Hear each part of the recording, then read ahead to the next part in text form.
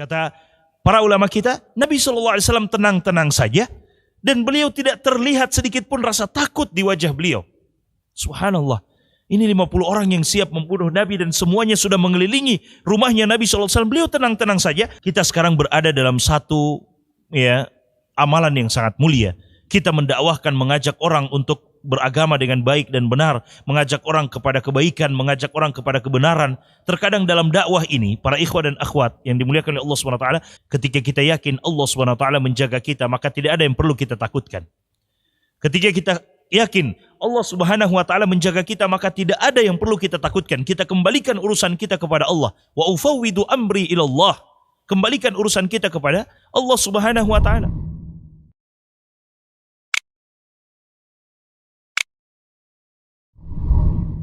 Disebutkan dalam kitab-kitab sejarah sirah Nabi SAW sekitar 50 orang, ya ikhwan dan akhwat yang dimuliakan oleh Allah SWT, sekitar 50 orang mengelilingi rumahnya Nabi SAW di malam hari itu. Mereka bertujuan membunuh Nabi. Tapi apa kata para ulama kita? Ya, dalam riwayat-riwayat disebutkan ya sekitar 50 orang, fathabbata indaha Rasulullah SAW walam yusibhul khauf, ya bal nama walam yahtam bisya'nihim. Kata para ulama kita, Nabi SAW tenang-tenang saja dan beliau tidak terlihat sedikit pun rasa takut di wajah beliau. Subhanallah. Ini 50 orang yang siap membunuh Nabi dan semuanya sudah mengelilingi rumahnya Nabi SAW. Beliau tenang-tenang saja. Bahkan disebutkan bal nama walam yahtam bisya'nihim. Bahkan beliau tidur dan beliau tidak pedulikan dengan mereka. Beliau tidak pedulikan dengan mereka. Ya, salah satu faktor juga, para ikhwan dan akhwat yang dimuliakan oleh Allah SWT, salah satu faktor juga yang membuat Nabi SAW berani seperti itu adalah keyakinan beliau dengan penjagaan Allah SWT. Kita, para ikhwan dan akhwat yang dimuliakan oleh Allah SWT, kita sekarang berada dalam satu amalan yang sangat mulia.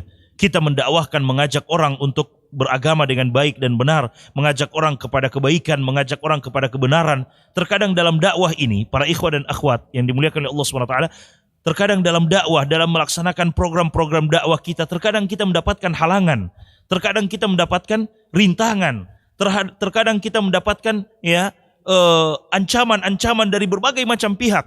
Ya subhanallah, kita ambil pelajaran dari Nabi SAW. Ketika kita yakin Allah SWT menjaga kita, maka tidak ada yang perlu kita takutkan.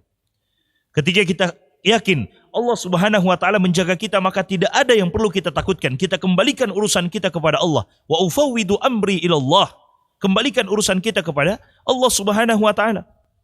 Kita sedang memperjuangkan agama Allah. Untuk apa kita takut? Kalaupun kita mati di atas kebenaran. Kita mati di atas agama Allah Subhanahu wa taala, di atas memperjuangkan agama Allah.